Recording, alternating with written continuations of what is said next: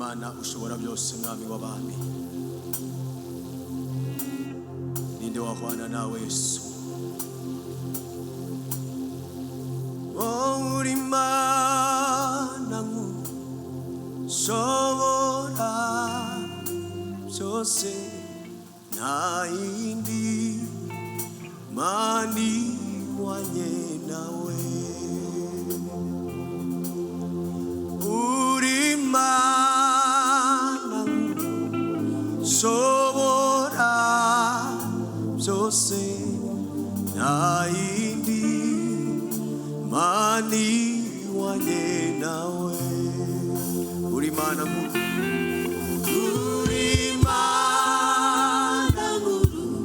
ushobora byose, nta yindi Mana ihwanye nawe.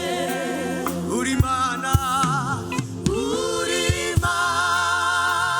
nkuru ushobora byose, nta yindi Mana ihwanye nawe.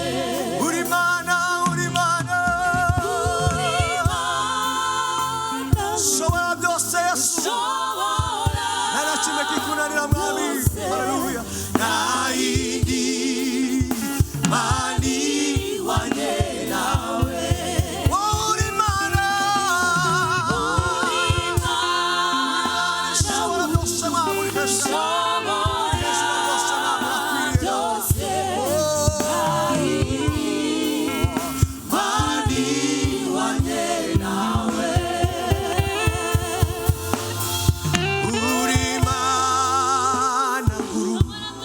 Ushobora byose, nta yindi Mana ihwanye nawe.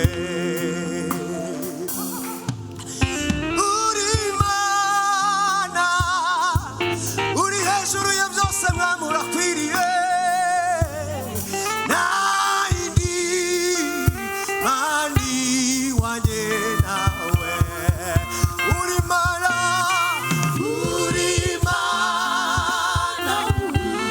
ushobora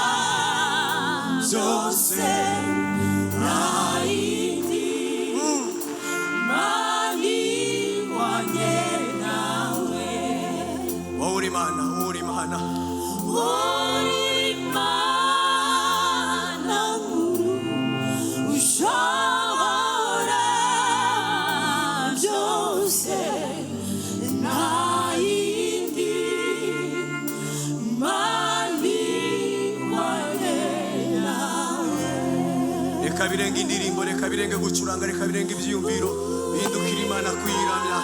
Uwo ni we mwami w'abami, uwo ni we ukwiriye icyubahiro cyose, uwo ni we ukwiriye guhimbazwa, uwo ni we ukwiriye amashimwe, uwo ni we ukwiriye impundu zose, kuko ni umwana w'intama w'Imana, arakwiriye Yesu. Tumuramishe neberu n'inanga n'ishako n'ibwiro, ibyo byose biramwe kubw'umwami w'abami, wowe uri Imana.